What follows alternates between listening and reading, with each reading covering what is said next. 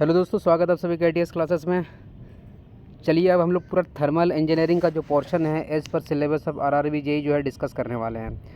और इतने अच्छे से डिस्कस करेंगे कि थर्मल इंजीनियरिंग में के पोर्शन में जितने भी सारे आपके क्वेश्चंस जो है आते हैं वो सारा क्वेश्चंस आपको मेरे लेक्चर से बन जाएंगे। इस बात की मैं आपको गारंटी देता हूँ। चाहे आप SSC JEE के क्वेश्चंस लगाना, RRB JEE के या अदर किसी भी PSU एग्ज़ाम्स की अगर आप तैयारी वारी करते हो तो थर्मल इंजीनियरिंग का जो पोर्शन का जो सिलेबस हमारे RRB JEE में मेंशन किया हुआ है उन सारे सिलेबस से आपका अगर कोई भी क्वेश्चन टॉपिक्स आता था उस टॉपिक को अटेम्प्ट करके ले जाओगे। इस बात की आपको मैं गारंटी देता हूँ। तो सबसे पहले आपको मैं कुछ बेसिक, अभी लेक्चर 1 हम लोग स्टार्ट कर रहे हैं तो भाई किस तरीके से हमारा लेक्चर रहने वाला है और कैसे हम लोग धीरे धीरे आगे बढ़ेंगे तो वो सारा चीज़ अभी स्टार्टिंग लेक्चर है तो उसमें हम लोग बता देते हैं। तो हम लोग डिस्कस करेंगे थर्मल इंजीनियरिंग पूरे डिटेल में और अच्छे से बात करेंगे। और आपको मैं क्लियर कर देता हूँ कि जो हमारा जो डिस्कशन का जो हमारा फोकस मेनली रहेगा वो RRB JEE के बेस्ड पे रहेगा। जितने भी सारे कैंडिडेट मैकेनिकल के, वो चाहे JDC एग्ज़ाम की तैयारी कर रहे हो, चाहे अपकमिंग जो आपकी ओपन वैकेंसीज आने वाली है उसकी प्रिपरेशन कर रहे हो, उन सभी के लिए ये वीडियो बहुत ज़्यादा हेल्पफुल है। तो देखो, वीडियो लेक्चर जो है इस तरह से हम लोग डिस्कस करेंगे सारा चीज़। और आपको कोई भी चीज़ यहाँ से नोट डाउन नहीं करना है। आपको PDF का जो भी लेक्चर रहेगा ना, वो टेलीग्राम चैनल का जो मेरा लिंक है डिस्क्रिप्शन में, जहाँ पे आपको मोर जो रहता है वहाँ पे क्लिक करना, वहाँ पे आपको जाना और टेलीग्राम चैनल ज्वाइन कर लेना। और लेक्चर वाइज जो है आपको वहाँ पे जो आपके क्लास के जो नोट्स हैं वहाँ पे मिल जाएंगे। उसके बाद उसको आप नोट डाउन करना प्रॉपर। और किसी भी एग्ज़ाम्स की तैयारी आप अच्छे से कर रहे हो नहीं कर रहे हो, उससे एक ही चीज़ से ये समझ में आता है कि जो चीज़ हमने पढ़ा और उस टॉपिक से अगर प्रीवियस ईयर में क्वेश्चंस आए हैं और अगर वो आपके बनने लगे तो आप समझो कि आप राइट डायरेक्शन में हो। तो चलो, बहुत अच्छी तरीके से हम यहाँ पर डिस्कस करने वाले हैं। अगर कोई बंदा BTech का होगा, ठीक है, या कोई बंदा डिप्लोमा कैंडिडेट का होगा, तो देखो हर कोई, आप लोग सेमेस्टर में सब्जेक्ट पढ़ते हो क्या? थर्मोडायनेमिक्स पढ़ते हो, सबसे बेसिक जो पढ़ते हो थर्मोडायनेमिक्स पढ़ते हो। फिर आप पढ़ते हो पावर प्लांट पढ़ते हो, फिर आप IC इंजन पढ़ने लग जाते हो, इंटरनल कम्बशन इंजन पढ़ते हो, फिर आप refrigeration and air conditioning RAC पढ़ते हो, फिर हीट ट्रांसफ़र पढ़ते हो, ठीक है। तो अगर आप SSC JEE की सिलेबस की बात करो या अगर आप बात करोगे यहाँ पे RRB JEE की सिलेबस के बाद, तो वो क्या मेंशन करता? Thermal engineering. तो थर्मल इंजीनियरिंग का मतलब क्या हो गया भैया कि ये सारे टॉपिक आपको यहाँ पे कवर करना है। Thermodynamics, power plant, IC engine, RAC and आपका हीट ट्रांसफ़र। अब मैंने क्या बोला कि मेरा जो पॉइंट ऑफ व्यू डिस्कशन का रहने वाला वो completely focused on RRB JEE पर रहने वाला है। तो थर्मोडायनेमिक्स में भी हम लोग जो डिस्कस करेंगे तो उसमें आपको ये चीज़ क्लियर कर देता हूँ। इसमें जो मेंशन किया हुआ है सिलेबस आपका RRB JEE में, उसमें आपका जैसे फर्स्ट लॉ ऑफ थर्मोडायनेमिक्स हो गया वो मेंशन किया हुआ, गैस के जितने भी सारे लॉज होते हैं वो सारे मेंशन किया हुआ है।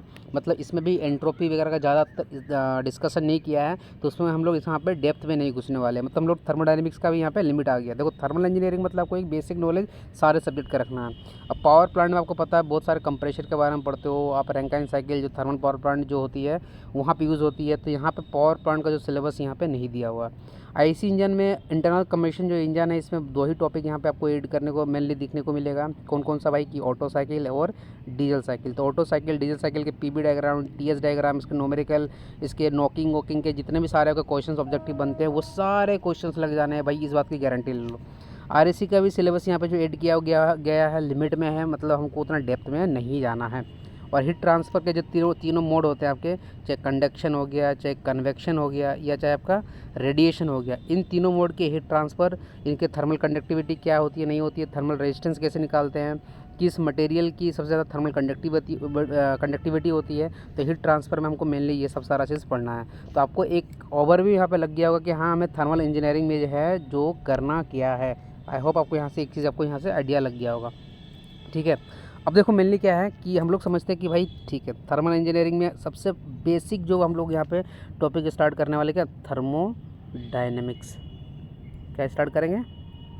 थर्मोडायनेमिक्स। मतलब अगर आप कोई भी थर्मल का सब्जेक्ट पढ़ते हो, चाहे आप पावर प्लांट पढ़ते हो, चाहे आप IC इंजन, RAC पढ़ते हो, तो वो क्या होता है? थर्मोडायनेमिक्स का अप्लीकेशन में यूज़ करते हो। मतलब आपने जो थर्मोडायनेमिक्स में पढ़ा है उसी कंसेप्ट का यूज़ करके आप आगे के सब्जेक्ट जो होते हैं थर्मल वाले वो सारे क्लियर करते हो। मतलब इट इज़ वेरी इंपॉर्टेंट कि अगर आप थर्मल इंजीनियरिंग को स्टार्ट कर रहे हो भैया, तो बिफोर दैट आपको क्या थर्मल इंजीनियरिंग की ABC आनी चाहिए। तो ये ABC कौन बताने वाला है आपको?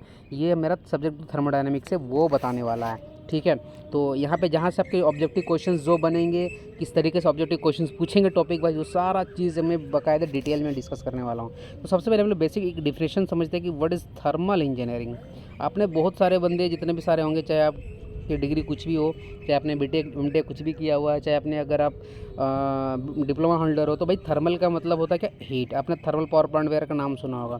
तो थर्मल एक ऐसा इंजीनियरिंग है जिसमें हम लोग क्या करते हैं, ये भी एक इंजीनियरिंग का ही मतलब साइंस, ये भी क्या एक इंजीनियरिंग का ही एक फील्ड है जो डील किस चीज़ से करता है, एप्लीकेशन ऑफ थर्मोडायनेमिक्स। मतलब कि थर्मल इंजीनियरिंग जो होता है, जो थर्मोडायनेमिक्स में जो भी चीज़ हम लोगों ने पढ़ा है उसका एप्लीकेशन का हम लोग क्या करते हैं, उसका यूज़ करते हैं। और हम लोग क्या जानते हैं, जितने भी सारे वर्क प्रोड्यूसिंग डिवाइस हो गया, ठीक है, वर्क प्रोड्यूसिंग डिवाइस या तो वर्क कंज्यूमिंग डिवाइस। प्रोड्यूसिंग का मतलब क्या, जो वर्क आपको देता है, और वर्क कंज्यूमिंग का डिवाइस मतलब जो आपसे वर्क लेता है, मतलब इसमें हमको वर्क देना पड़ेगा, इसमें वर्क हमें मिलता है। तो जितने भी सारे वर्क प्रोड्यूसिंग डिवाइस या वर्क कंज्यूमिंग जो डिवाइस होते हैं, उनके फंक्शन वो किस तरीके से काम करते हैं, उसको किस तरीके से इम्प्रूव किया जा सकता है, तो वो सारा चीज़ हम लोग बात करते हैं थर्मल इंजीनियरिंग। मतलब थर्मल इंजीनियरिंग जो है एक ऐसा फील्ड है साइंस का जिसमें हम लोग थर्मोडायनेमिक्स का एप्लीकेशन का यूज़ करके वर्क प्रोड्यूसिंग चाहे वर्क कंज्यूमिंग के जो जितने भी सारे साइकिल होते हैं या जो डिवाइसेस होते हैं उनके फंक्शन के बारे में जानते हैं कि वो बंदा भाई वो चीज़ किसे कार्य करता है, उसका फंक्शन क्या रहता है, and how we can improve that devices. तो ये हम लोग थर्मल इंजीनियरिंग में पढ़ते हैं। अब किसी ने मुझे बोला ठीक है सर, आपने तो ये बता दिया, ये बता दो कि आप सर वर्क प्रोड्यूसिंग के कौन कौन से डिवाइस होते हैं। तो जैसे work producing thermal power plant में अगर आपको पता होगा, जो अपने रैंकाइन साइकिल में यूज़ करते हो टरबाइन, ये आपको क्या देता है, वर्क देता है। उसके अगर आप बात करो हीट इंजन, आपके जितने भी सारे जो आप बाइक वाइक चलाते हो या कार वार चलाते हो, उसमें जो इंजन रहती है वो क्या आपको वर्क देता है। भाई वर्क कंज्यूमिंग, वर्क लेने वाला डिवाइस कौन कौन से हो सकते हैं, जैसे आपके घरों में रेफ्रिजरेटर, जो आप फ्रीज़ यूज़ करते हो उसमें कौन सी एनर्जी देते, मतलब कौन सा वर्क देते हो, उस पर इलेक्ट्रिकल वर्क करोगे तभी तो आपको कूलिंग इफेक्ट देने वाला। एक रेफ्रिजरेटर हो गया, उसके बाद आपका हीट पंप हो गया, आपका नॉर्मली पंप जो यूज़ करते हैं हम लोग किसमें, पावर प्लांट में, वो पंप हो गया। उसके बाद आपका कंप्रेशर हो गया, एसी हो गया, ये सारे क्या वर्क कंज्यूमिंग डिवाइस है। तो ये सारा चीज़ आपको क्लियर हो गया होगा यहाँ से, ठीक है। अब चलते हम लोग बेसिक डिफिनेशन किसका, थर्मोडायनेमिक्स का समझते हैं कि what is thermodynamics. Very important thermodynamics का डेफिनेशन यहाँ पर हमें समझने के लिए। तो थर्मोडायनेमिक्स देखो यहाँ पे दो वर्ड आपको दिख रहे होंगे, एक थर्मो प्लस डायनेमिक्स, ठीक है, थर्मो प्लस डायनेमिक्स। कहीं कहीं आपको डेफिनेशन मिलता होगा कि थर्मो का मतलब होता है हीट और डायनेमिक्स मतलब क्या भैया, कोई मोशन, ठीक है।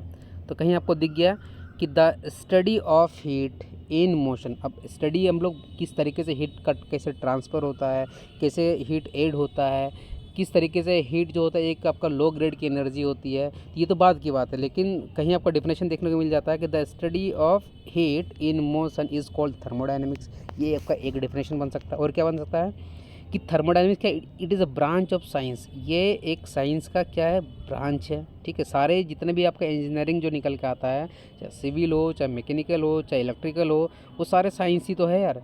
तो थर्मोडायनेमिक्स भी क्या है आपका, it is a branch of science which deals with energy interaction. Very important, यहाँ पे जो चीज़ समझ रहे हैं हम लोग देखेंगे, ये क्या डील करता है भाई, एनर्जी इंटरेक्शन। इंटरेक्शन का मतलब क्या होता है, संपर्क में आना, एनर्जी इंटरेक्शंस एंड इस एनर्जी का effects on system and surrounding. चलो मैंने क्या बताया आपको बताता हूँ तुरंत, सिस्टम एंड सराउंडिंग। मतलब ये जो आपका थर्मोडायनेमिक्स है, ये आपको ये बोल दिया कि ये जो है ये डील्स करता है, ये एक ऐसा साइंस का ब्रांच है which deals with energy interaction and it's effect. Energy भाई कुछ भी हो सकता है आपका, ठीक है, और इसका इफ़ेक्ट सिस्टम में और सराउंडिंग में क्या होने वाला है, तो उसी ब्रांच को, साइंस को हम लोग क्या बोल देते हैं, उसको हम लोग बोल देते हैं आपका, क्या बोलेंगे उसको, उसी को हम लोग यहाँ पे बोल देने वाले हैं थर्मोडायनेमिक्स। तो अगर किसी ने पूछा what is thermodynamics, it is a branch of science which deals with energy interaction and its effect on system and surrounding. ये चीज़ क्लियर हो गया। अब भैया एनर्जी क्या होता है, आप बचपन से पढ़ते आए हो, energy is nothing but it is the capacity of doing work. मतलब अगर आपके पास एनर्जी, अगर आप फूड खाते हो, खाना खाते हो, तो आपको क्या मिलता है, एनर्जी मिलता है। तो अगर आपके पास एनर्जी है, इट मीन्स व्हाट, कि आप कोई भी कार्य को कर सकते हो। या तो आप ऐसे भी बोल सकते हो कि एनर्जी जो होता है, it is the ability to cause changes. मतलब अगर एनर्जी किसी के पास रहेगा तो उसके पास एक ऐसा योग्यता होती है कि वो ये कोज बन सकता है कोई भी चीज़ चेंज करने का। मान लो कोई ऑब्जेक्ट है, उसको अगर मेरे पास एनर्जी है तो वर्क करके हम क्या कर सकते हैं, इसको एक जगह से दूसरी जगह डिस्प्लेस कर सकते हैं। ये एक तरह से क्या एनर्जी का ही तो आपने यूज़ किया। अब यहाँ पे जो हम लोग 2 टर्म यहाँ पे सीखे हैं कि भाई सिस्टम एंड सराउंडिंग, वो सब कुछ हम लोग यहाँ पे डिस्कस करने वाले हैं। लेकिन अब बात करेंगे कि एनर्जी, तो एनर्जी भाई कितने तरह की एनर्जी हो सकती है यार। आपने सुना होगा नाम electrical energy, mechanical energy, chemical energy, this all are the types of energy. ये सब सारे क्या आपके एनर्जी के ही जो है आपके टाइप्स होते हैं। मैकेनिकल एनर्जी जो होता है आपका, अगर मैकेनिकल एनर्जी की बात करोगे तो ये कुछ नहीं होता है। मैकेनिकल एनर्जी जो होता है it is the summation of potential energy and kinetic energy. ये बचपन से आप ये समझते आए सुनते आए हो कि अगर कोई भी ऑब्जेक्ट किसी ग्राउंड है, मान लो ग्राउंड से अगर किसी भी हाइट पर रहता है, ठीक है, और उसकी हाइट h है और उसकी मास m है, तो उसके पास कौन सी एनर्जी रहेगी, पोटेंशियल एनर्जी। ये कितना रहती है, mgh, और काइनेटिक एनर्जी कितना रहेगा उसका, हाफ mv²। तो दोनों का जब समेशन कर दोगे तो उससे आपको मैकेनिकल एनर्जी जो है निकल के आ जाता है। आप देखते होंगे जो हाइड्रो पावर प्लांट है वहाँ पे क्या किया जाता है भाई, बड़े बड़े डैम ऊपर में बनाए जाते हैं, फिर उसको वाटर को यहाँ पे उसकी जो पोटेंशियल एनर्जी है उस वाटर की उसको कन्वर्ट किया जाता है क्या, काइनेटिक एनर्जी में, और वहाँ से फिर टरबाइन को रोटेट करवा के हम लोग इलेक्ट्रिसिटी को प्रोड्यूस करते हैं। ये चीज़ आपको समझ में आ गया, चलो बहुत बढ़िया है भाई। अब हम लोग समझते हैं मैन कि what is system and surrounding, very very important, क्योंकि पूरे के पूरे इस आपके सेशन जो आपको यहाँ पे रहने वाला है थर्मोडायनेमिक्स में, उसमें आपको सिस्टम और सराउंडिंग समझना बहुत ही ज़रूरी है। तो सबसे पहले हम लोग बात करेंगे क्या, सिस्टम के बारे में। तो सिस्टम के पहले डिफिनेशन देखो, ये क्या बोलता है, it is a fixed mass. ये क्या हो गया आपका, फिक्स्ड मास हो गया। और क्या हो सकता है, रीजन इन ए गिवन स्पेस। और रीजन का मतलब क्या होता है, किसी भी क्षेत्र में एक ऐसा जगह होता है जहाँ पे हमारी स्टडी जो रहती है ना फोकस्ड रहती है, उसको हम लोग बोल देते क्या, सिस्टम बोलेंगे। मैंने बोला कि सिस्टम जो होता है it is a fixed mass और रीजन मतलब कोई क्षेत्र, in a space where our studies focused, मतलब पूरे के पूरे हमारे थर्मोडायनेमिक्स में हम लोग सिस्टम पे ही हमारा स्टडी जो है फोकस रहता है। एक इसका एग्जांपल समझते हैं। आप भाई जब कभी क्लासरूम किए होंगे कॉलेज वगैरह में, तो ये क्लासरूम था, ये आपका गेट था, ठीक है। कोई बंदा आया और वो गेट से एंट्री कर गया, गेट से क्या करके एंट्री कर गया, तो मैंने अपना सिस्टम, मैंने क्या बोला, आपका सिस्टम कुछ भी हो सकता है, ये आपका जो स्टडी है आप कहाँ पे फोकस करना चाहते हो इस पर डिपेंड करेगा। तो मैंने वो जो टीचर था ना क्लासरूम का, मैं मान लो क्लासरूम का टीचर हूँ, तो मैंने अपने आप को क्या समझ लिया कि भाई मेरा जो ये क्लासरूम है वो क्या सिस्टम है, क्या है, एक सिस्टम है। अब मेरा स्टडी यहाँ पे क्या रहेगा कि मैं देखूंगा कि गेट से भाई कोई बंदा अंदर आया, क्या क्या एंटर किया, तो मैं समझ जाऊंगा कि भाई सपोज अभी क्लास में कितने बच्चे हैं, 10 बच्चे हैं, कोई बंदा गेट से बाहर जा रहा है, तो मान लो एक बंदा बाहर चला गया, तब क्लास में कितने हैं, 9 स्टूडेंट है। मतलब भाई क्लासरूम तो बहुत सारे होंगे, लेकिन कोई एक ऐसा टीचर होगा जो सिर्फ अपने ही क्लासरूम पे फोकस रह रहा है, उसकी जो स्टडी ऑफ फोकस क्या रहेगा, इन उसका जो स्टडी ऑफ फोकस है रीजन इन एक ऐसा क्षेत्र, और उस क्षेत्र के अंदर में जो जगह है उस पर उसकी स्टडी जो फोकस्ड है, उसके बाहर से उसको कोई मतलब नहीं है कि बाहर में जो जगह है, वो देख रहा है कि ये जो मेरा फिक्स्ड क्लासरूम है उसके अंदर में कौन बच्चा आ रहा है कौन बच्चा जा रहा है, उसी पे वो फोकस किए हुए है। तो ये उसके लिए क्या हो गया, एक सिस्टम हो गया। अब मेरे लिए तो कोई जो मोबाइल का आपको पूरा एक स्क्रीन जो यहाँ पे दिख रहा होगा उसी के अंदर में पढ़ा पा रहा हूँ, क्या मैं मोबाइल से बाहर कुछ भी लिख सकता हूँ, भाई कुछ भी नहीं लिख सकता हूँ। इसका मतलब क्या हो गया, इस कंडीशन में मेरा जो स्टडी ऑफ फोकस्ड है ये पूरा मोबाइल की जो स्क्रीन है, तो ये मेरे लिए क्या हो गया, सिस्टम हो गया। इसी सिस्टम के अंदर में मैं सब कुछ कर रहा हूँ। तो सिस्टम कुछ भी हो सकता है। मान लो एक कोई वाटर का बोतल है, कोई वाटर का बोतल है, ठीक है, उसमें कैप लगा हुआ है, तो आपने किसी ने पानी वाटर उसमें फिल किया, तो मान लो उसने आधा फिल किया, तो मान लो उसका जो वॉल्यूम 1 लीटर है, तो अब मैंने इस 1 लीटर का जो वॉल्यूम है उसको मैंने क्या मान लिया, उसको मैंने अपना एक सिस्टम मान लिया। तो भाई आधा जब फिल रहेगा तो कोई बंदा बोलेगा अरे इसका अभी आधा लीटर फिल हुआ, फिर थोड़ा और फिल करेंगे तो कोई बोलेगा नहीं इससे आधा लीटर से थोड़ा ज़्यादा रहेगा, थोड़ा पूरा कंप्लीट फिल कर दिया तो बोलेगा 1 लीटर फिल हुआ। मतलब मैंने सिस्टम जो है, मेरा सिस्टम कुछ भी हो सकता है, अपने हिसाब से हम उसको डिफाइन कर सकते हैं, लेकिन अगर जैसे मैंने सिस्टम को फिक्स करूँगा तो मेरा एरिया ऑफ स्टडी क्या रहेगा, वो फिक्स हो जाएगा। तो मतलब सिस्टम क्या होता है, it is a fixed mass, कोई भी फिक्स्ड मास हो सकता है, और या कोई भी द्रव्यमान हो सकता है, और रीजन, और क्या हो सकता है, कोई reason in a space where our study is focused.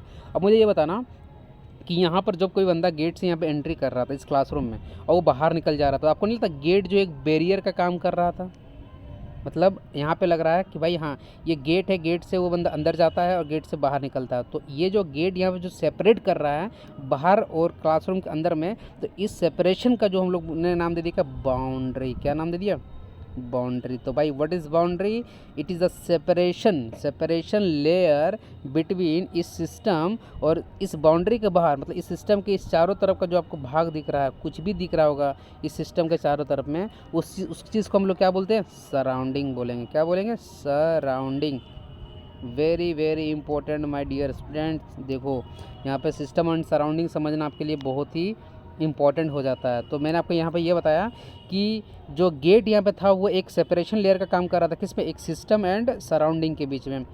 तो किसी ने पूछा व्हाट इज़ बाउंड्री, तो मैंने बोला कि इट इज़ अ रियल, मतलब बाउंड्री जो होता है वो रियल भी होता है, अभी हम एग्जाम्पल के तहत भी समझेंगे।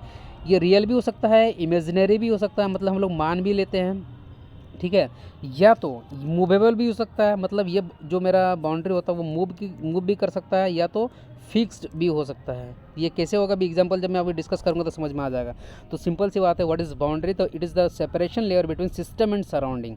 किसी ने बोला भैया ठीक है ये तो आपने बता दिया, तो बताओ अब सराउंडिंग क्या होता है। तो मैंने बोला एक्सेप्ट सिस्टम, एक्सेप्ट मतलब कि सिस्टम के अलावा जितना भी सारा चीज़ है, मतलब अगर ये सिस्टम, अगर आप इस चीज़ को माने हो तो इसको चारों साइड में जो भी कुछ रहेगा that is known as surrounding, मतलब except system everything is surrounding. Clear हो गया। ये सिस्टम है तो इसका चारों तरफ ये वाला जो भाग रहेगा वो क्या हो जाएगा, ये आपका बन जाएगा सराउंडिंग। और ये जो एक लेयर यहाँ पे ये वाला जो बना हुआ है जो आपको सिस्टम और सराउंडिंग को अलग करता है, that separation layer is known as आपका बाउंड्री। और बाउंड्री जो होता है रियल भी हो सकती है, इमेजिनरी भी हो सकती है, आपकी मूवेबल भी हो सकती है और फिक्स भी हो सकती है। अब इसी चीज़ को हम लोग यहाँ पे समझते हैं, ठीक है, जो आपको बहुत हेल्प यहाँ पे करने वाला है। चलो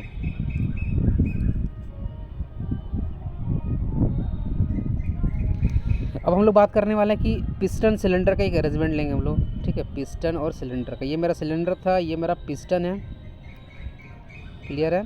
और मैं यहाँ पे क्या देख रहा हूँ कि मैंने एक सिलेंडर के अंदर में कुछ जगह डिफाइन कर रहा हूँ, ठीक है, ये मैंने कुछ डिफाइन किया कुछ जगह। और सिलेंडर के अंदर में मैंने कुछ गैस के जो है ना, सिलेंडर के अंदर ही मैं गैस के कुछ जो है मॉलिक्यूल्स को फिक्स कर देता हूँ। चलो कर देते हैं भाई। गैस के मॉलिक्यूल्स एक हो गया, दो हो गया, मान लो इस तरह बहुत सारे मॉलिक्यूल्स है, ये गैस के मॉलिक्यूल्स हैं। अब मुझे ये बताना, ये अगर सिलेंडर का ये बाहर वाला भाग है ना तो वो क्या रहेगा, ये तो फिक्स्ड रहेगा, मतलब ये भी तो। और सिस्टम मेरा कौन है, जो सिलेंडर का जो ये अंदर वाला जो अभी मैंने ब्लू कलर का जो यहाँ पर ये किया, ये मेरा सिस्टम है। तो सिस्टम के बाहर जो ये जो सिस्टम के बाहर जो है उसके बाद ये पहले लेयर बनेगा, ये वाला जो आपका फिक्स्ड यहाँ पे दिख रहा होगा, उसके बाहर सराउंडिंग रहेगा। तो ये क्या हो गया मेरा फिक्स्ड बाउंड्री। आपको लगता है क्योंकि ये जो पिस्टन है भाई, ये जो सिलेंडर है वो तो उसका आउटर सरफेस जो रहेगा वो तो भाई एकदम फिक्स ही रहेगा, समझ में आ रहा है कि नहीं आपको, ठीक है। अब भाई ये जो बीच वाला आपको जो दिख रहा है ना, उसको मैंने क्या बोल दिया, मूवेबल बाउंड्री। ये मूव करता है, कैसे मूव करता है अभी आपको मैं दिखाता हूँ। मूवेबल बाउंड्री है, कैसा है, मूवेबल बाउंड्री है। और अंदर में आपको जो ग्रीन ग्रीन कलर के डॉट्स दिख रहे हैं, this are the nothing but this are the gas molecules. ये क्या है, गैस के मॉलिक्यूल्स है। Now I am going to supply heat. अब हम भैया मैं वहाँ से हीट सप्लाई करूँगा, तो हीट सप्लाई करूँगा तो जो गैस के मॉलिक्यूल्स है उसकी टेम्परेचर क्या करेगी, बढ़ेगी। एंड टेम्परेचर बढ़ेगी तो भैया आप पढ़ते ही हो कि kinetic energy is equal to होता है हाफ mv²। और जो गैस के मॉलिक्यूल्स होते हैं ना वो डिपेंड करते हैं आपके डेंसिटी, आपके उसके टेम्परेचर पे, ये सब सारे फंक्शन होते हैं। मतलब अगर हम टेम्परेचर बढ़ाएंगे तो ये मॉलिक्यूल्स जो रहता है इसके पास एक एनर्जी आ जाएगी, वो इधर उधर भागेगा तो भाई पिस्टन को धक्का मारेगा। जैसे पिस्टन को धक्का मारेगा तो पिस्टन मेरा ऊपर की ओर मूव करेगा। तो आपको नहीं लगता कि आपने जो ये ब्लू डॉट करके जो आपने एक बाउंड्री बनाया था, जिसको आपने मूवेबल बाउंड्री बना दिया था, ये बाउंड्री भी आपको जब पिस्टन ऊपर की ओर मूव करेगा तो ये बाउंड्री भी ऊपर की तरफ इस तरह से मूव करेगी। तो यहाँ से आपको फिक्स्ड बाउंड्री और मूवेबल बाउंड्री दो चीज़ तो आपको यहाँ पे क्लियर हो ही गया होगा। अब हम लोग बात करते हैं क्या, जो आपकी इमेजिनरी बाउंड्री होती है। कौन सी, एक इमेजिनरी। मान लो यहाँ पे कोई एक सिस्टम है जहाँ पे वाटर फिल किया हुआ है। क्या फिल किया हुआ भैया, वाटर को जो मैंने यहाँ पे फिल करके रखा हूँ, क्लियर है। और यहाँ पे एक पंप लगा देता हूँ मैं, क्योंकि पंप जो है ना इस वाटर को लेके बाहर जाएगा। ये जो है पंप लेके जाएगा, इस वाटर को लेके बाहर जाने वाला है, ठीक है। और बीच में मैं आपको यहाँ पे कुछ डॉट कर देता हूँ, इसका क्या मीनिंग रहेगा भी हम लोग समझेंगे। बीच में इस तरीके से ये जो आपका पंप है ना, ये इसका पंप का नोटेशन मैंने बीच में डॉट कर दिया। अब ये मेरा क्या पंप है और यहाँ से क्या वाटर जाएगा, ठीक है। तो वाटर जाएगा तो मान लो यहाँ से एंटर करेगा और यहाँ से बाहर निकल जाएगा। तो अब मैं अपने माइंड में ये सब बैठा लूँगा कि पानी अगर यहाँ से मान लो बाहर निकल रही है, ठीक है, तो ये जो बाउंड्री मान लो यहाँ पे एक मैंने अपने दिमाग में एक इमेजिन कर लिया कि हाँ यहाँ पर एक ऐसा बाउंड्री होगा जहाँ से वाटर जो है बाहर निकल रही है। तो ये कैसा बाउंड्री होगी, आपका इमेजिनरी बाउंड्री हो गया, आपने इमेजिन कर लिया। और लेकिन आपको यहाँ पर दिख रहा होगा ये जो मैंने यहाँ पे डॉट डॉट बनाया हुआ है, ये वाला पार्ट जो आपका पंप का पार्ट है, इसको मैंने नाम दे दिया कंट्रोल वॉल्यूम। मतलब पहले यहाँ से क्या है ना भाई, अंदर से H2 हो जाएगा और मान लो इसका सपोज एक कुछ कैपेसिटी रहेगा इस वॉल्यूम का, और इतना ही वाटर फिर क्या होता है, बाहर चला जाता है। तो यहाँ पे एक कंसेप्ट जो है क्वेश्चन पूछा जाता है कि भैया कंट्रोल वॉल्यूम जो होता है हम लोग किसको बोलते हैं। वेरी इंपॉर्टेंट यहाँ से क्वेश्चन RRB JEE भी पूछा है, इसलिए ये वाला टॉपिक आपका पॉइंट आपके लिए बहुत इंपॉर्टेंट हो जाता है कि व्हाट इज़ कंट्रोल वॉल्यूम। तो ये बोलते हैं इट इज़ फिक्टियस। फिक्टियस मतलब एक काल्पनिक वॉल्यूम है जो फिक्स्ड होता है इन स्पेस और moving with constant flow velocity. मतलब आपने देखा पंप का जो ये वाला भाग था ना, पंप का ये वाला जो भाग था, ये इसके अंदर वाला जो ये वॉल्यूम था, इसको मैंने क्या बोल दिया कि एक काल्पनिक वॉल्यूम है। मैं एक मान लेता हूँ, एक कल्पना कर लेता हूँ कि हाँ ये जो आपका वॉल्यूम यहाँ पर जो पंप के अंदर में है, ये वॉल्यूम मतलब यहाँ पे क्या होगा, ये वाटर भरेगा, ये वाटर भरेगा तो ये क्या करेगा, आगे की ओर मूव करेगा। तो ये जो आपका वॉल्यूम होता है या आपका कंट्रोल जो वॉल्यूम होता है, ये एक तरह का काल्पनिक वॉल्यूम होता है। ये आपका फिक्स्ड हो सकता है स्पेस में और मूविंग विथ कांस्टेंट वेलोसिटी के साथ ये मूव भी कर सकता है, ठीक है। और ये जो surface enclosing the control volume is referred to as the control surface. मतलब ये जो सरफेस इसके चारों तरफ आएंगे उसको हम लोग कंट्रोल सरफेस बोल देते हैं। मतलब सिंपल सी बात है, कंट्रोल वॉल्यूम किसी ने पूछा क्या है, तो कंट्रोल वॉल्यूम एक ऐसा फिक्टियस, एक ऐसा काल्पनिक वॉल्यूम है जो कि फिक्स्ड होता है इन स्पेस में किसी जगह पे। यहाँ पे जैसा कि ये फिक्स भी हो सकता है और हम लोग मान ली कि हाँ यहाँ पे ये इसकी कैपेसिटी 4 लीटर है, तो यहाँ पर जो है ये वॉल्यूम 4 लीटर हर समय मूव कर जाता है। मतलब एक वेलोसिटी के साथ ये कंट्रोल वॉल्यूम मूव कर रहा है, क्योंकि यहाँ पे वाटर घुसेगा भैया 4 लीटर फिर निकल जा रहा है। फिर मतलब यहाँ पे मीटर क्यूब पर सेकंड पे वहाँ पर डिस्चार्ज देख रहे हैं, क्लियर है। डिस्चार्ज इक्वल टू क्या, तो एरिया इंटू वेलोसिटी। तो यहाँ पर ये जो वॉल्यूम मैंने काल्पनिक वॉल्यूम जो अपने दिमाग में बैठा लिया है कि ये वॉल्यूम जो है कैसा वॉल्यूम है, कंट्रोल वॉल्यूम है। क्लियर हो गया। तो कहीं भी क्वेश्चन आएगा तो इस चीज़ को आपको यहाँ पे समझ में आ जाना चाहिए। उसके बाद हम समझते हैं कि ठीक है भाई, सिस्टम और सराउंडिंग का नोटेशन के साथ अगर हमको समझना तो कैसे समझेंगे। मान लो कि ये वाला पार्ट आपको पूरा क्या होगा, system, this is the system. ये क्या हमारा सिस्टम है और इस सिस्टम के चारों साइड जो भी चीज़ हमको दिख रहा होगा, ये सब सारा चीज़ ये क्या हो जाएगा, सराउंडिंग। क्या हो जाएगा, सराउंडिंग हो जाएगा। और ये जो आपको लेयर दिख रहा है, the separation layer between system and surrounding is known as, तो उसको हम लोग क्या बोलते हैं भैया, उसको बोलते हैं हम लोग बाउंड्री बोलते हैं। आई होप आपको ये 3 चीज़ जो है क्लियर हो गया। तो सिस्टम भी एक ऐसा फिक्स्ड मास और किसी क्षेत्र में एक ऐसा जगह होता है जहाँ पर एरिया ऑफ स्टडी जो है फोकस होता है। तो आपको यहाँ पे थर्मोडायनेमिक्स में जो है सिस्टम को समझना इसलिए भी बहुत ज़्यादा इंपॉर्टेंट है, क्योंकि आपको उस सिस्टम के अंदर में ही आप स्टडी करते हो। आपको बाहर में क्या चल रहा नहीं चल रहा नहीं मतलब नहीं है। हाँ, इस सिस्टम के अंदर में कितना हीट आया, कितना वर्क आया, कितना बाहर गया, आप यहीं पर सिर्फ फोकस करने लग जाते हो, ठीक है। तो ये आपका एरिया ऑफ इंटरेस्ट होता है। समझ में आ गया। चलो अब हम लोग समझने वाले हैं कि भाई ठीक है, आपने तो बता दिया सर, सिस्टम के बारे में बता दिया, ये तो बता दो कि सिस्टम के कितने टाइप्स होते हैं। वेरी इंपॉर्टेंट मेरे भाई, यहाँ से तो ऑब्जेक्टिव क्वेश्चंस एक आपका ले ही लो कि किसी ने क्वेश्चन पूछ देगा भैया कि बताओ सिस्टम होते हैं इसके कितने टाइप्स होते हैं। तो मैंने बोला भैया सिस्टम के 3 टाइप्स होते हैं, एक ओपन सिस्टम होगा, ठीक है, एक क्लोज्ड सिस्टम होगा और एक आइसोलेटेड सिस्टम होगा। भैया समझ में नहीं आ रहा आप क्या बोल रहे हो, ये तो हो गया। तो मैंने बोला भाई ठीक है, नहीं समझ में आ रहा ना, अभी आएगा आपको समझ में, कैसे आएगा देखते हैं। ये आपको समझ में भी आने वाला है, देखो ये आपको ऐसे समझ में आएगा अभी कि ये तो आपको क्लियर हो गया कि ओपन सिस्टम किसको बोलेंगे। मान लो कोई एक ऐसा सिस्टम है, उसमें मैंने क्या देखा कि एनर्जी भी आ रही है उस सिस्टम के अंदर में, मास भी अंदर कर सकती है और दोनों ही चीज़ अंदर भी आ रही है बाहर भी जा रही है। एनर्जी भी अंदर आ रही है, मास भी अंदर आ रही है, दोनों को हम देख रहे हैं कि बाहर भी चली जा रही है। तो इस तरीके सिस्टम को बोलते हैं कि ओपन सिस्टम। तो जैसे कि हमारा टरबाइन हो गया, बॉयलर हो गया, पंप हो गया, कंप्रेशर हो गया, कंडेंसर हो गया, पिस्टन सिलेंडर का अरेंजमेंट विथ वॉल्व जो होता है आपका, मतलब यहाँ पे इनलेट वॉल्व और एग्जॉस्ट वॉल्व, जहाँ से इनलेट से आपका पेट्रोल आता है, एग्जॉस्ट से गैस निकलता है। तो ये कैसा सिस्टम है, ओपन सिस्टम है। मतलब अगर किसी ने पूछा कि बताओ ओपन सिस्टम में किसका किसका सिस्टम के अंदर इंट्रैक्शन होता है, तो बोलोगे सर एनर्जी का भी होता है, मास का भी होता है। नाम से समझ में आ रहा कि भाई क्या है, ओपन सिस्टम है। मतलब इसमें energy and mass both can interact with, interact मतलब क्या, संपर्क बनाते हैं इस सिस्टम के अंदर में। क्लियर हो गया। चलो बहुत बढ़िया। अब भाई यहाँ पे देखो क्या क्लोज्ड सिस्टम है। अब क्लोज्ड सिस्टम है भैया, कुछ एक ऐसा चीज़ दोनों में से रहेगा जो इंटर नहीं कर पाएगा। भाई एनर्जी है, एनर्जी बोलेगा भैया मैं सिस्टम के अंदर भी हीट के फॉर्म में एंटर करूँगा और हीट के फॉर्म में बाहर चल जाऊँगा, ठीक है। तो भैया यहाँ तो ये दिख गया कि हाँ ये सिस्टम के अंदर एंटर भी कर रहा है और बाहर भी जा रहा है।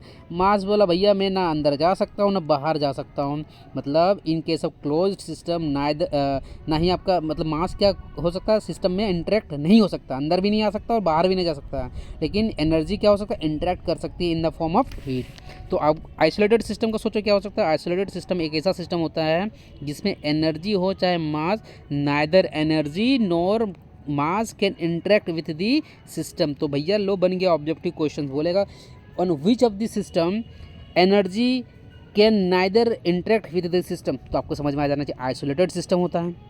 और इसका एग्जांपल अगर मैं बात करूँ क्लोज सिस्टम की, इसका एग्जांपल होता है अगर पिस्टन सिलेंडर का अरेंजमेंट है विदाउट वॉल्व, उसमें वॉल्व लगे ही नहीं रहेंगे तो वो क्या हो जाएगा, आपका हीट के फॉर्म में खाली एनर्जी इंटरेक्ट करेगा और बाहर चल जाएगा, लेकिन कोई भी मास उसमें ना अंदर आएगा ना बाहर जाएगा। आइसोलेटेड सिस्टम की बात करेंगे तो सबसे इसका जो बेस्ट एग्जाम्पल होता है ये यूनिवर्स होता है। ब्रह्मांड के अलावा कोई चीज़ है क्या, नहीं। हम जिस प्लेनेट में रहते हैं ये कहाँ पर है, सोलर सिस्टम में। सोलर सिस्टम भैया कहाँ पर है, किसी आपका गैलेक्सी में है, समझ में आ रहा है। और ये गैलेक्सी आपका कहाँ पर है भाई, पूरा आपके यूनिवर्स में है ये। तो इस तरीके से है, तो यूनिवर्स के बाहर कुछ है क्या, नहीं। तो ये आपका आइसोलेटेड सिस्टम हो गया। और एक आपका आता है थर्मोफ्लास्क। थर्मोफ्लास्क जो होता है वो भी आपका आता है किसमें, ये भी आपका आता है आइसोलेटेड सिस्टम में, थर्मोफ्लास्क। तो अब मुझे आप तुरंत रैंडम बताना, मैं पूछ रहा हूँ बताओ कि एनर्जी कौन सा ऐसा सिस्टम है जिसमें एनर्जी इंटरेक्ट करेगा बट मास नहीं करेगा, जल्दी बोलो। Close system sir. दोनों इंटरेक्ट करेगा तो आपका हो गया ओपन सिस्टम, और दोनों में से कोई भी इंटरेक्ट नहीं करेगा तो आपको हो गया आपके आइसोलेटेड सिस्टम। क्लियर हो गया, चलो बहुत बहुत बढ़िया मेरे भाई। अब हम लोग बात करने वाले हैं बहुत एक इंपॉर्टेंट टॉपिक, जिस टॉपिक का नाम क्या है, properties of the system. Properties of the system. देखो जो आपके कोई भी सिस्टम है, कोई भी अगर सिस्टम है, इस सिस्टम के अंदर मान लो गैस के मॉलिक्यूल हैं, तो इसकी अगर हमको आइडेंटिफाई करना है कि इसका स्टेट क्या है, मतलब इसकी अवस्था क्या है, इस सिस्टम की अवस्था क्या है, तो इस अवस्था को बताने के लिए हमें चाहिए कुछ क्वांटिटीज़। क्या चाहिए, कुछ क्वांटिटीज़। और ये क्वांटिटी कौन से होंगे, चाहे प्रेशर हो, चाहे टेम्परेचर हो, चाहे डेंसिटी हो, क्लियर है, तो ये वॉल्यूम हो, तो ये क्वांटिटीज़ जो है इस सिस्टम की स्टेट को डिफाइन करेगा कि ये स्टेट अगर सिस्टम है इसकी स्टेट भाई प्रेशर इतना है, टेम्परेचर ये है, डेंसिटी ये है, वॉल्यूम ये है। मतलब किसी ने पूछा कि किसी भी सिस्टम के स्टेट को डिफाइन करने के लिए क्या चाहिए, कुछ क्वांटिटीज़ चाहिए, ठीक है। तो कि ऑल द क्वांटिटीज़, ठीक है, which identify the state of the system is known as property of the system. मतलब कि ये जो आपके यहाँ पे प्रॉपर्टी किसको बोलेंगे, वो सारी क्वांटिटी जो किसी सिस्टम के स्टेट को बताता है। जैसे ये जो प्रेशर है इस सिस्टम की कौन सा स्टेट को बताएगा कि भाई इसके प्रेशर कितना पास्कल है, टेम्परेचर कितना है, नहीं है, तो उसको हम लोग क्या बोलेंगे, property. What is property, those quantity which define the state of the system is known as property of the system. Clear हो गया। तो भैया माजरा कहाँ पे निकल कर आएगा, अब यहाँ से ऑब्जेक्टिव क्वेश्चंस बनेंगे भैया कि बताओ भैया प्रॉपर्टी तो समझ में आ गया कि वैसे क्वांटिटीज़ जो किसी सिस्टम के स्टेट को बताता है तो उसको हम लोग बोल देते हैं प्रॉपर्टी ऑफ द सिस्टम। अब प्रॉपर्टी कितने तरह की होती है, वेरी वेरी इंपॉर्टेंट। तो भैया किसी ने बोला सर मैंने पढ़ा था कहीं पे इंटेंसिव प्रॉपर्टी, इंटेंसिव प्रॉपर्टी जिसको इंट्रिंसिक बोलते हैं, इसको इंट्रिंसिक बोलते हैं। और एक होता क्या, एक्सटेंसिव प्रॉपर्टी, एक्सटेंसिव प्रॉपर्टी, और जिसको हम लोग एक्सट्रिंजिक, टेंशन नहीं लेना सारा चीज़ आपको नोट्स में मिल जाएगा, ठीक है। ये होता है एक्सट्रिंजिक प्रॉपर्टी। अब समझो यहाँ पे बहुत इंपॉर्टेंट है मेरे भाई, यहाँ से एक RRBJ तो भाई एग्जांपल से क्वेश्चन यहाँ पे पूछ लेता है, इससे बहुत इंपॉर्टेंट होता है। मान लो ये कोई एक सिस्टम है, ये कोई एक सिस्टम है, मान लो इसके अभी अंदर में इसका मास m होगा, वॉल्यूम v होगा, मान लेते हैं प्रेशर p है, डेंसिटी ρ है, टेम्परेचर t है, और भी बहुत सारे ऐसे इन्फॉर्मेशन दिए हुए हैं, ठीक है। तो इसको मैंने दो भाग में बांट दिया, और सेम सिस्टम यहाँ पर भी उसी को मैं यहाँ पर ड्रॉ कर रहा हूँ, और इसको दो भाग में बांट दिया। तो मैंने क्या देखा, कुछ ऐसे सिस्टम है जब इसको दो भाग में बांटा, मतलब जब मैंने यहाँ पे इसका मास आधा कर दिया, वॉल्यूम को भी आधा कर दिया, तब भी देख रहा हूँ यार इधर भी प्रेशर P है, इधर भी प्रेशर P है, इधर भी डेंसिटी ρ, इधर भी डेंसिटी ρ, इधर भी टेम्परेचर T है, इधर भी टेम्परेचर T है। तो इसका क्या मतलब हुआ, इससे हम लोग क्या समझें कि भाई जब हम लोग वॉल्यूम को आधा किए हैं तो मास तो सिस्टम का आधा हो गया, लेकिन भाई प्रेशर, टेम्परेचर, डेंसिटी ये तो दोनों ही साइड में सेम हो जा रही है। मतलब कि और लेकिन इस वाले कंडीशन में इसको दिखाऊंगा तो ये m/2 हो जाएगा, इधर m/2 हो जाएगा, इधर b/2 हो जाएगा, इधर b/2 होगा। लेकिन बाकी आपका प्रेशर हो चाहे रो हो चाहे टी हो, दोनों ही साइड में क्या रहेंगे, सेम रहेंगे। लेकिन हम लोग ने मास को तो आधा कर दिया, लेकिन यहाँ पे कुछ प्रॉपर्टीज़ जो है वो मास को आधा करने के बाद भी चेंज नहीं हुई, जैसे कि प्रेशर, टेम्परेचर आपका हो गया, डेंसिटी।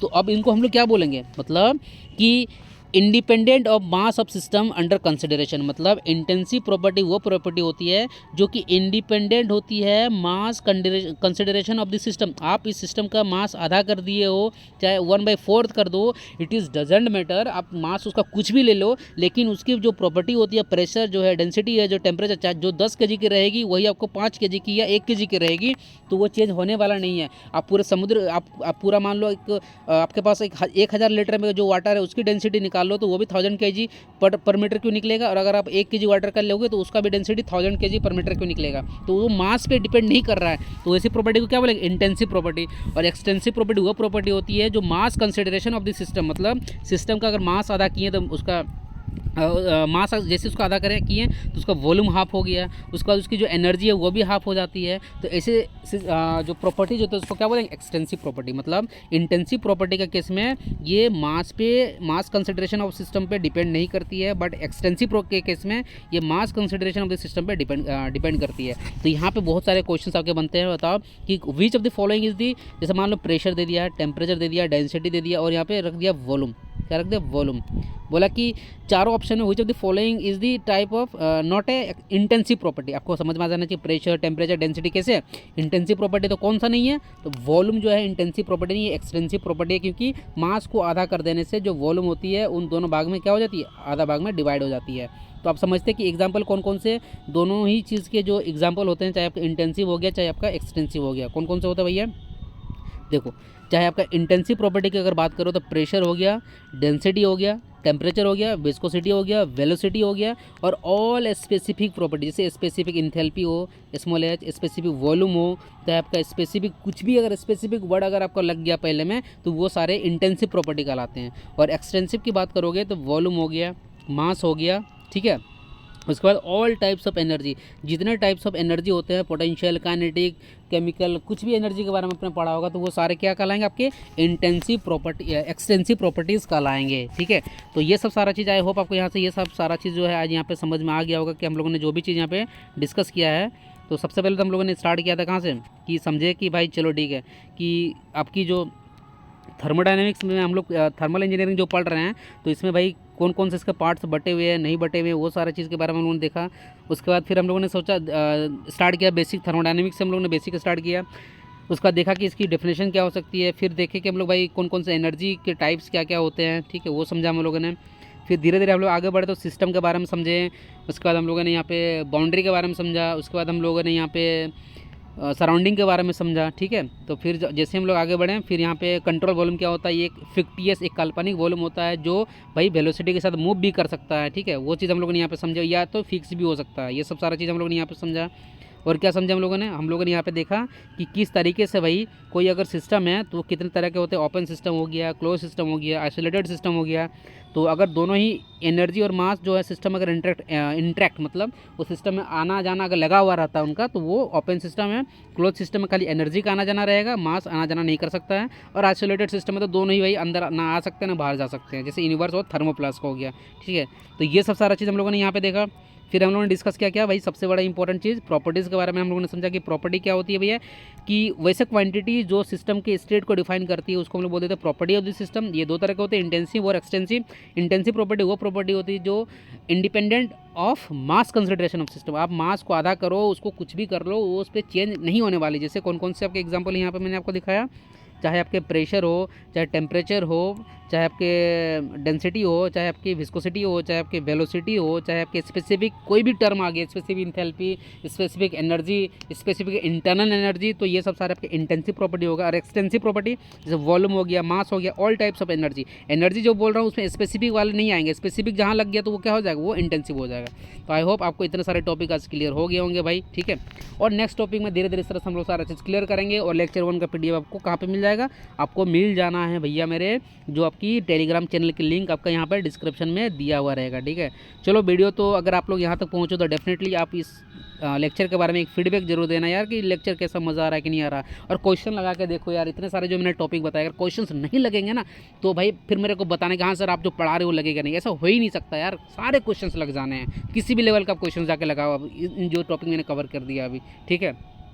फिर धीरे धीरे सर हम लोग लेक्चर को आगे बढ़ेंगे। और भाई मेरे दोस्तों के साथ थोड़ा शेयर कर लेना यार, क्योंकि मेरा मोटिवेशन का लेवल यही होता है कि जितना लोगों के पास बढ़ेगी उतना ज़्यादा मैं और जोश के साथ भाई, मतलब एक होता है ना एक करेज के साथ, एक नया उमंग के साथ और ज़्यादा एनर्जी लगाऊंगा। और मेरे पास भले टाइम रहे चाहे नहीं रहे, लेकिन आप लेक्चर के लिए टाइम जरूर निकालूंगा, ठीक है। तो ये दोस्तों के साथ जरूर शेयर करना अगर आपको लगता है ये सब सारी चीज़ आपको बेनिफिट पहुँचा रही है तो चलो फिर मिल देंगे किसी नेक्स्ट वीडियो में। So guys, thanks for watching this video.